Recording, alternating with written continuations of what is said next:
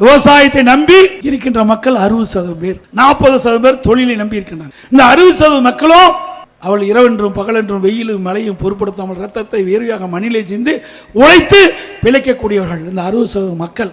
நீங்க டெல்டா மாவட்டம் போயிருந்தேன், அங்க குருவை சாகுபடி, அந்த சாகுபடி செய்த அந்த விவசாயிகள் அவருடைய அறுவடை செஞ்சு அந்த நெல்மணிகள்லாம் மூட்டை பிடித்து அங்கே நேரடி கொள்முதலத்தில் வந்து திறந்த வெளியில் அடுக்கி வச்சிருந்தாங்க.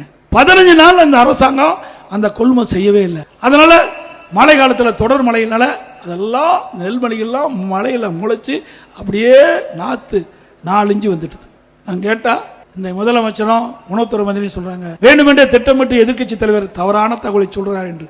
நான் நேரடியா எல்லா கொள்முதலத்துக்கும் பல கொள்முதலத்துக்கு போனேன். தஞ்சாவூர் மாவட்டம், நாகை மாவட்டம், திருவாரூர் மாவட்டம், இப்படி இந்த மாவட்டத்துக்கெல்லாம் நேராக போனேன். மயிலாடுதுறை வரைக்கும் போனேன். திருவாரூர்ல இருந்து தஞ்சாவூர், திருவாரூர், நாகப்பட்டினம், மயிலாடுதுறை 4 மாவட்டத்தில் இருக்கின்ற நேரடி கொள்முதலுக்கு சென்று அங்க என்ன நிலைமைன்னு விவசாயிட்ட கேட்டு இருந்தேன். அப்போ விவசாயிகள் கண்ணீர் மல்க சொன்னாங்க, நாங்க ஒரு ஏக்கருக்கு 35,000 ரூபாய் செலவு செஞ்சு பயிர் நடவு செஞ்சு அறுவடை செஞ்சு கொண்டு வந்த நெல்லை முறையா கொள்முதல் செய்யல, இங்க நெல்லெல்லாம் முளைச்சு போச்சு. இன்னைக்கு தொடர் மழையின் காரணமாக நெல் குவியலா குவிச்சு வச்சிருக்கிறோம், அந்த நெல்லெல்லாம் அவிஞ்சு போச்சுன்னு எடுத்து காட்டினாங்க.